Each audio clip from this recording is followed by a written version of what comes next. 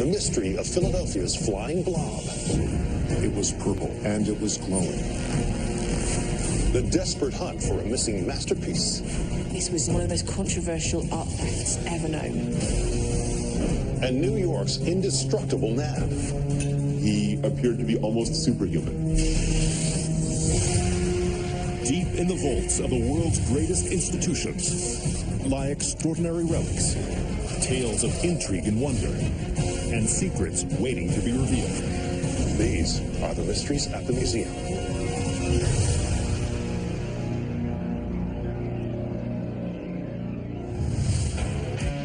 New York's Hudson Valley is famous for its quaint towns and beautiful forests. But this idyllic landscape is also home to a dark and sinister institution, the Sing Sing Correctional Facility. The history of this working prison is preserved at its very own museum. Its displays include an arsenal of confiscated weapons and a reconstruction of an inmate cell that gives visitors a taste of life behind bars. And among these remedial relics is an ominous contraption that is perhaps the museum's most chilling artifact. It is made out of hardwood. It has a straight back and straps designed to hold you in place as thousands of volts of electricity flow through your body. As tour guide Seth Campbell can attest, this electric chair is linked to an unforgettable tale of greed, determination, and Herculean resilience. It is an unbelievable story of a man who appeared to be almost indestructible and superhuman. 1932, New York. The Great Depression has hit the city hard. As a result, crime is rife. Unscrupulous characters everywhere are searching for new and inventive ways to line their pockets. Among them is bartender Tony Marino. Tony was essentially a lowlife, and he was constantly scheming, trying to come up with the next get-rich-quick idea. One day, while chatting with some like-minded friends, he cooks up his most devious plot yet. They'll trick one of the bar's heavy drinkers into taking out an insurance policy, which names the gang as beneficiaries. Then they'll quietly bump off their mark and collect the cash. Tony has the perfect mark in mind. An out-of-work but good-spirited alcoholic named Mike Malloy. Mike Malloy was the perfect victim. He would wander in and out of neighborhood bars and just drink himself into a stupor most nights. Tony thinks if he can ply Mike with enough free booze, the lush will simply drink himself to death. The payout would total about $3,500, a tremendous amount of money during the Great Depression. In December, Tony and his pals put their dastardly plot in motion. First, they fool Mike into signing the insurance policy, claiming the document is a petition for a local election. Then they set about sending him to his grave. Tony serves Mike one drink, and then another, and then another. But the liquor seems to have no effect. Mike is drinking enough to kill the average person. But he just keeps coming back for more. The gang realizes it's going to take more than just booze to fell the hardened drinker. So Tony serves him a sandwich of sardines mixed with a secret ingredient: ground up shards of metal. Mike happily accepted the free sandwich, ate it, and was ready to drink some more. Nothing was working. Tony and his scheming cohorts resort to more drastic measures. One night, after Mike passes out, they drag him to the middle of a deserted street. Then they got in their car and drove over him, and then drove away, completely confident they had finally done away with Mike Malloy. The gang celebrates their success, But yet again, it seems their jubilation is premature. 5 days later, Mike Malloy walked into the bar and literally said, "I'm dying for a drink." Tony and his gang couldn't believe that this man wouldn't die. For Tony, it's a big problem. The longer Mike stays alive, the longer he has to pay the insurance premium.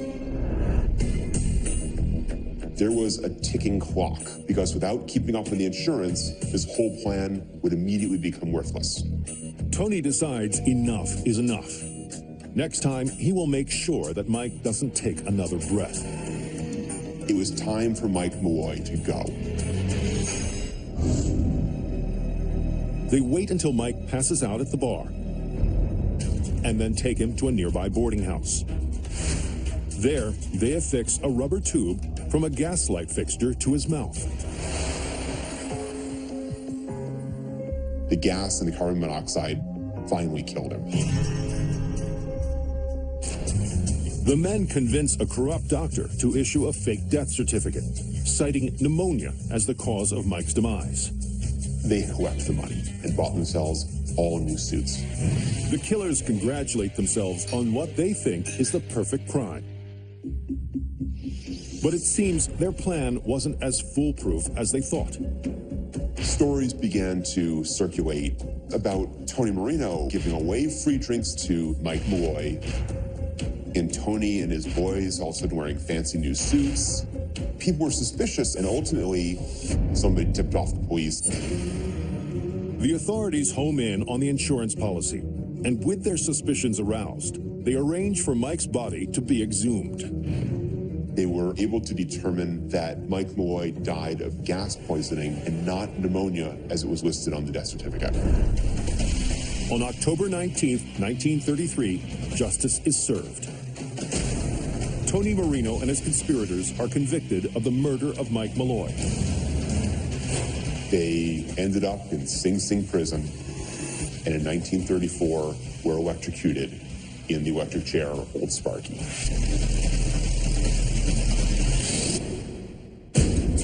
Today, this replica of Old Sparky at the Sing Sing Prison Museum recalls the shocking murder of an almost invincible man. Oracle, Arizona. This quaint town is situated in the foothills of the Santa Catalina Mountains. But nestled in the shadow of these majestic peaks is a structure that looks decidedly otherworldly. This is Biosphere 2. Designed to be a microcosm of planet Earth, it contains a tropical forest, a small desert, and even a simulated ocean. Yet within this utopian setting is an object which recalls a darker side of the facility's history. This artifact is about 10 feet long. It's almost 4 feet wide. It's made out of one solid piece of granite and is still actually in its original position as it was 25 years ago. According to Deputy Director John Adams, this table is linked to a shocking tale of disaster, scandal, and deception. What began as one of the most ambitious human experiments turned out to be something completely different.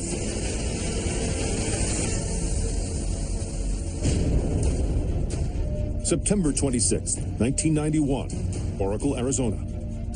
Reporters from around the world are gathered to witness an extraordinary event. The unveiling of a unique science experiment known as Biosphere 2. The reason that it was named Biosphere 2 is because it actually modeled systems after Biosphere 1, and Biosphere 1 is the Earth itself. The experiment is designed to find out if it is possible to recreate an Earth-like environment in outer space. Space colonization captivated the nation. The man behind this ambitious project is an engineer named John Allen. John Allen was able to bring together the engineering and the team that ultimately went inside Biosphere. Now, with the eyes of the world watching, 4 men and 4 women enter the complex. The plan is that they will spend 2 years inside the dome without any support from the outside world.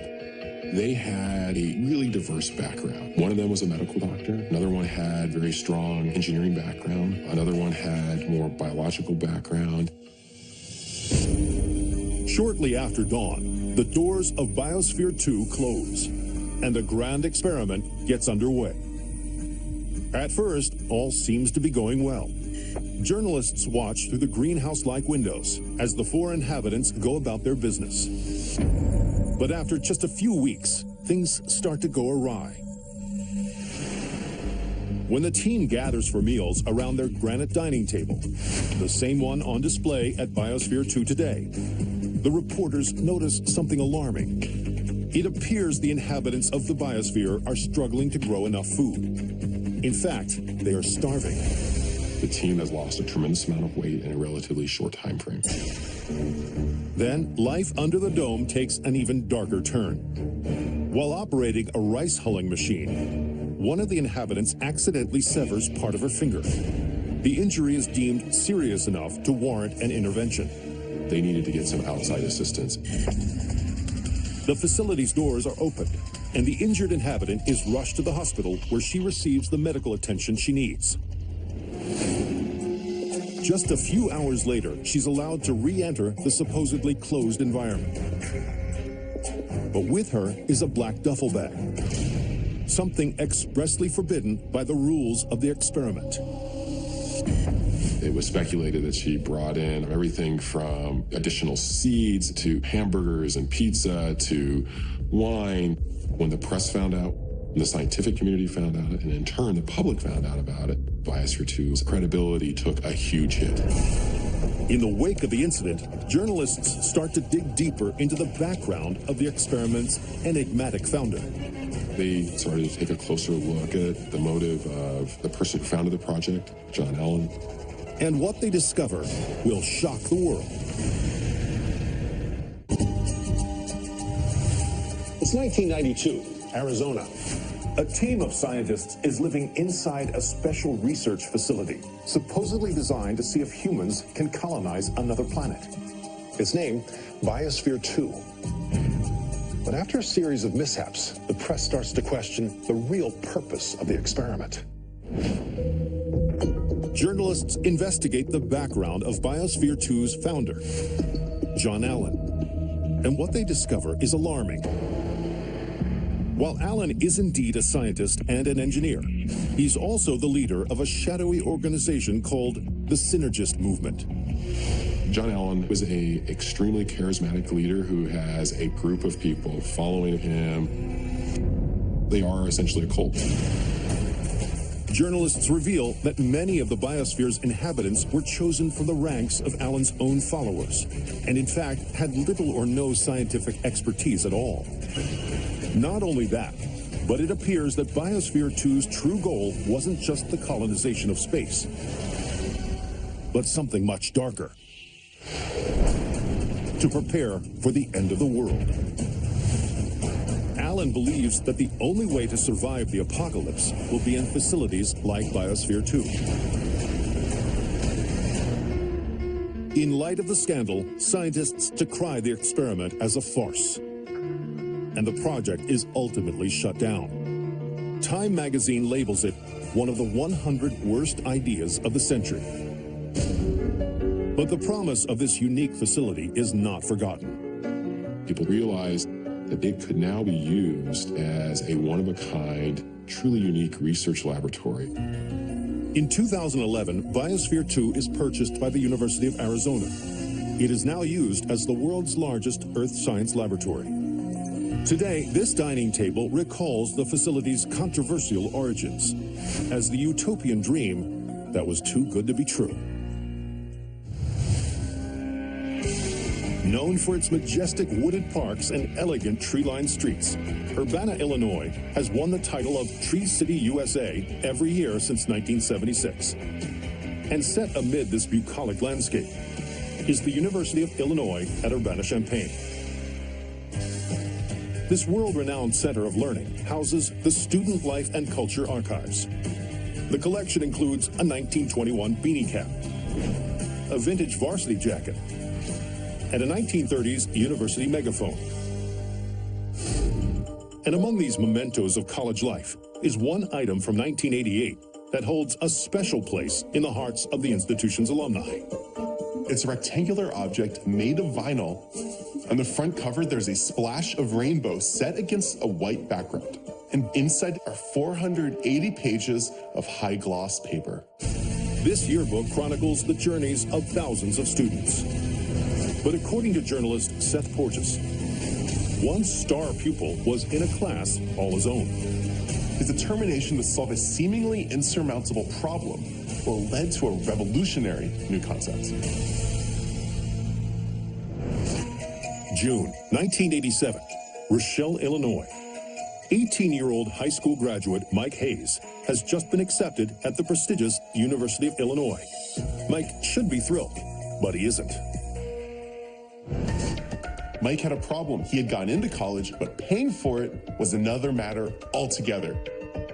Mike calculates that 4 years of tuition, board, and books will cost around $28,000. His parents don't have that kind of money, so he needs to earn it.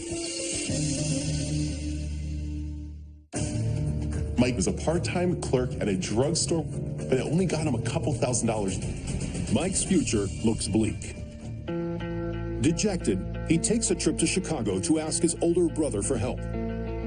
It's a journey that will change his life forever. While walking around the big city, he's struck by an idea. Mike tended to think outside the box.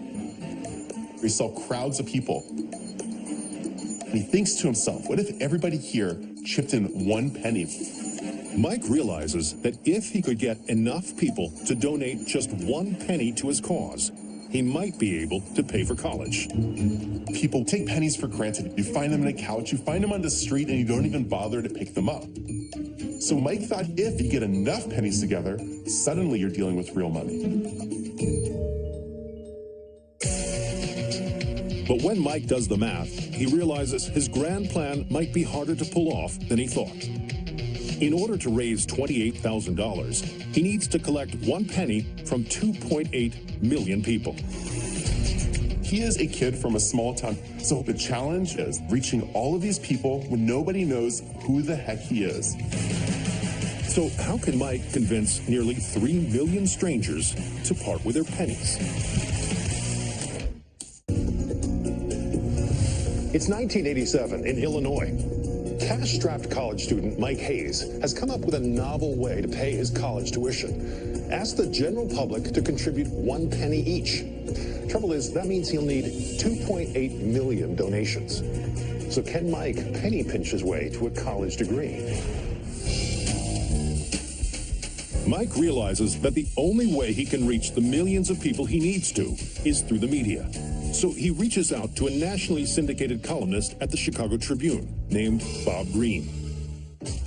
Bob is amused. He thinks this idea is clever, if just a little bit crazy, and he agrees to write about it. On September 6th, Bob publishes a column entitled, "Mr. Hayes, Your Penny is in the Mail," and urges readers to donate to Mike's cause. Mike rents a post office box in his hometown and hopes for the best. He doesn't know that this is going to work, especially because the postage costs so much more than the penny he's asking for. But when Mike checks the mail, he is astounded. The response was overwhelming and beyond what Mike could have ever expected. Mike receives so much mail, postal workers have to come up with a new way to sort it. Over the course of 1 month, 70,000 pieces of mail pour into this P.O. box. This is a small town. They are not equipped for this. The post office stacks his letters, making a tower of envelopes that stands 26 feet high. Mike's gimmick makes national headlines. Pennies pour in from across the country, netting the cash-strapped kid $29,000. It's more than enough for Mike to pay for college. He gives the last 1,000 to another struggling student. He also got himself a nickname. He's known on campus as the Penny Man. And that's not Mike's only legacy. He's considered one of the first to implement a concept that today is relatively commonplace: crowdfunding. Mike sort of saw the future. He looked at this idea that millions of people could chip in a little bit of money and fund a project. This is what crowdsourcing is, and he did this before that word even existed. This 1988 yearbook, featuring an article about Mike's eccentric idea, remains at the Student Life and Culture Archives at the University of Illinois Urbana-Champaign. It recalls a young man whose clever scheme coughed up a lot of loose change.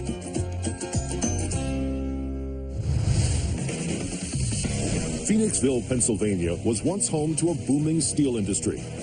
Today, the town is better known for its thriving art scene. And at the heart of downtown is an iconic cultural landmark, the Colonial Theater. Inside, visitors can examine a 35mm film projector or step onto the stage where the great Houdini once performed. But there is one item here that recalls this theater's most notorious claim to fame. It's about 3 feet by 5 feet with very lurid colors and very bold lettering. At the top are the words indescribable, indestructible.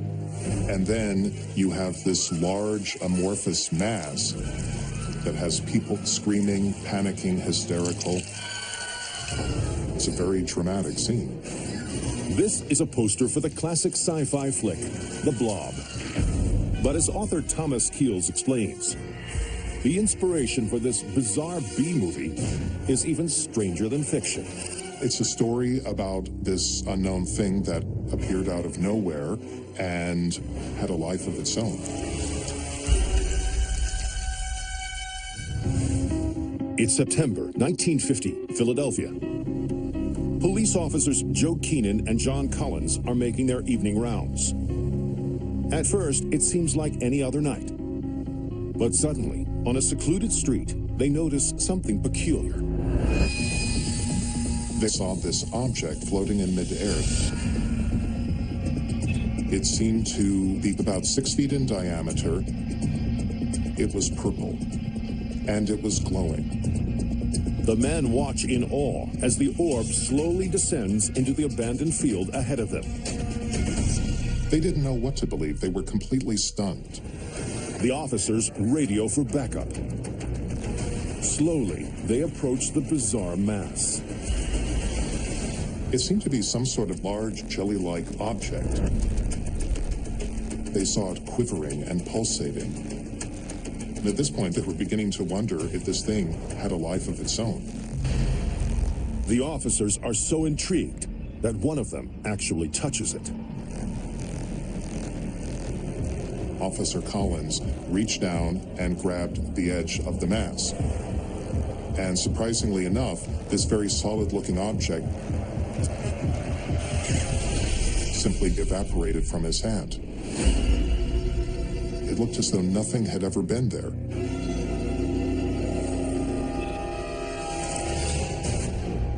Back at base, the officers file a report, and the story is then picked up by the Associated Press. Before long, public speculation runs wild. People were fascinated. They were making all sorts of conjectures to try to explain it. Some say there is a very simple explanation for what the officers witnessed. Frog spawn. When a frog is attacked by a predator, it will often lay thousands of unfertilized eggs in one large slimy mass. If this mass comes in contact with moist or damp ground, then it will swell up in size before collapsing into a dense gelatinous goo. But this hypothesis only explains part of what the officers saw. Frog spawn is in bright purple and it usually doesn't glow. Others have proposed that this phenomenon could have been caused by the activities of Philadelphia's many factories. The area where the goo was discovered is one of the largest industrial districts in the entire northeastern United States. Some people have suggested that this may be industrial gases that took a solid form to create this gelatinous mass, which then fell from the sky. But there is no known chemical reaction that could cause the industrial gases to solidify in this way. With these theories discounted, the press and the public home in on the only viable explanation that's left. People really began to wonder if they were dealing with something not of this earth.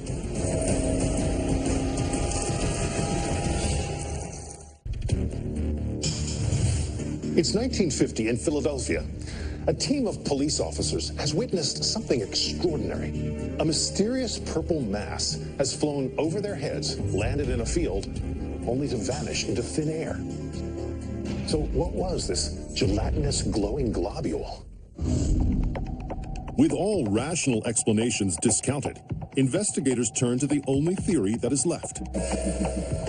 The gelatinous purple blob was made of a legendary substance known as star jelly. Star jelly is a centuries-old folk belief that meteors, when they strike the Earth, often carry with them this sort of weird jelly that is actually an alien life form. Reports of this supposedly extraterrestrial material date back to the 13th century in Europe and have even cropped up as recently as 1994 in Oakville, Washington. Ufologists argue that alien star jelly is the only theory that explains all the elements of the police officer's report. And although we can never know for sure what was behind this strange encounter, the events of September 1950 have left their mark on popular culture. 7 years after the infamous sighting, a Pennsylvania-based production company releases a science fiction movie. Its title, The Blob. The film tells the story of a giant glowing fiend that terrorizes Philadelphia. There is the classic scene of hundreds of terrified movie fans running out of the movie theater trying to escape this giant red goo. This pivotal scene was shot in the Colonial Theater in Phoenixville. And today, this classic movie poster stands as a reminder of the mysterious purple goo that spawned a silver screen classic.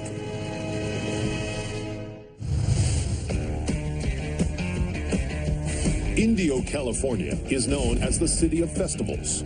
Its full calendar of cultural events attracts nearly 1 million visitors each year. And one of its most famous extravaganzas is the annual Coachella Music Festival.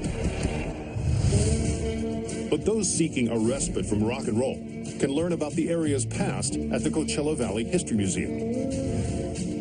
On display is a preserved blacksmith shop, an antique rail yard fire alarm, and a classroom built in 1909. But one small, ordinary object tells this area's most surprising tale. The artifact is about 2.5 feet in length, has a metal latch. It is made of very good quality leather, and over time it has become a little frayed around the edges, but it definitely gives it more character. According to museum representative Gloria Franz, this bag is linked to the little-known story of an amazing idea that saved countless lives. This invention would become something that we all take for granted.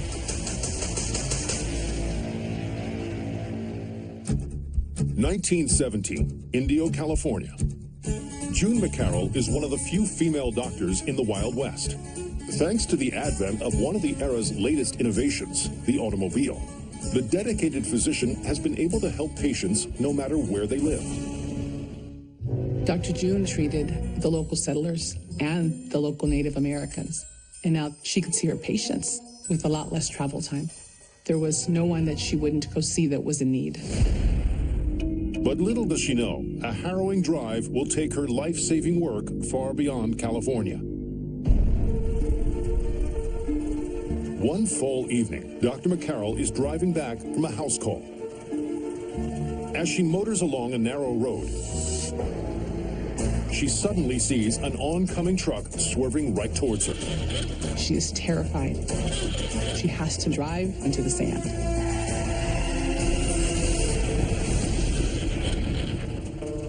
The doctor is shaken but escapes injury. She immediately understands why the two vehicles almost crashed. It was dusk. It was hard to see. She realizes the truck driver didn't know where his side of the road was and where her side of the road was. And McCarroll is not alone. Every year, thousands of cars are colliding on the nation's streets. The more automobiles that start to use the roads, the more accidents are being seen on the roads. McCarroll vows to find a way to prevent these crashes. Dr. June's passion was helping people. She's determined to solve this problem, and it's something she just can't let go. Then, one day, the physician comes up with an idea. She realizes that if drivers had some kind of visual reference to keep them in their lanes, they could avoid these collisions. It was something that kept replaying in her mind, and she comes up with this brilliant idea. A simple white line down the middle of the road. Excited by her plan, Dr. McCarroll takes it to her local county board. But their reaction is not what she had hoped. She is politely thanked for her idea, and then it is politely tabled. No action is taken. The officials have no interest in taking advice from a doctor with no expertise in road safety. She was surprised and unhappy that they didn't take her idea more seriously. But Dr. June was not the kind of woman that took no for an answer. McCarroll resolves to prove the board wrong. And what she does next leaves the community astounded.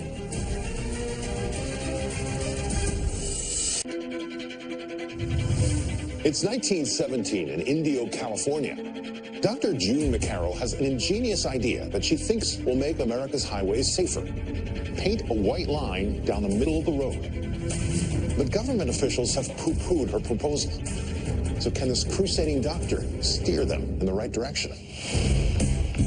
McCarroll decides to take matters into her own hands.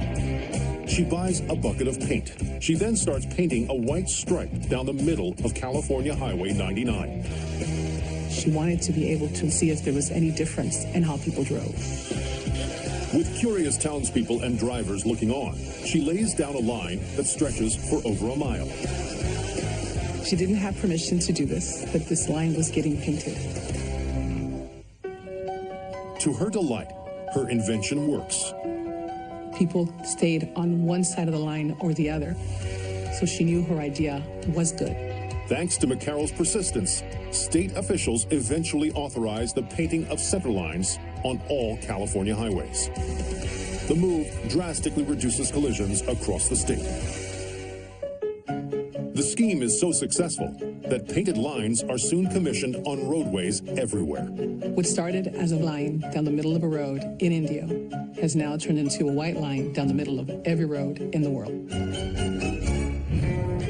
And today, Dr. June McCarroll's medicine bag is preserved at the Coachella Valley History Museum, a reminder of the pioneering physician whose persistence helped keep America's drivers in their own lanes. Oslo, Norway. This idyllic capital city was once the site of a large Viking settlement. Today, it has a more cultured air. As a major hub for the arts, and one of its most beloved institutions is the National Museum. It boasts the largest public collection of paintings, drawings, and sculptures in Norway. But even amid this vast collection, one piece stands apart.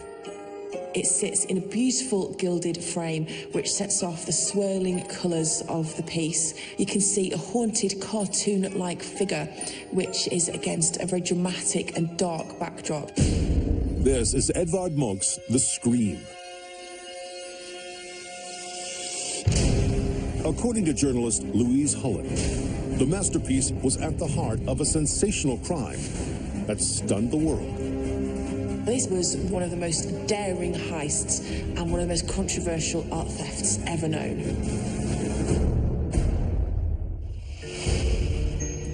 Oslo, Norway, February 11, 1994, 6:30 a.m. An alarm is going off on the second floor of the city's National Gallery.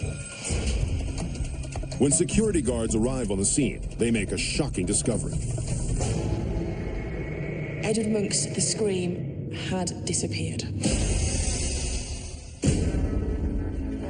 Painted in 1893, The Scream is one of the most important pictures in the history of modern art. This particular become iconic. Even if you know nothing about Edvard Munch, you will know this picture. Norwegian police waste no time beginning their investigation. But it seems the robbers have left few clues. At the scene, there is just a broken window and a set of wire cutters. These thieves had literally let themselves in through the window, taken the painting, and got out of the window again. So simple. Investigators scour security camera footage, but are unable to get any clear shots of the thieves. With each passing hour, it seems as if the Scream might be gone for good. They had very little to go on, and they'd hit a brick wall. They needed help, and they needed help fast.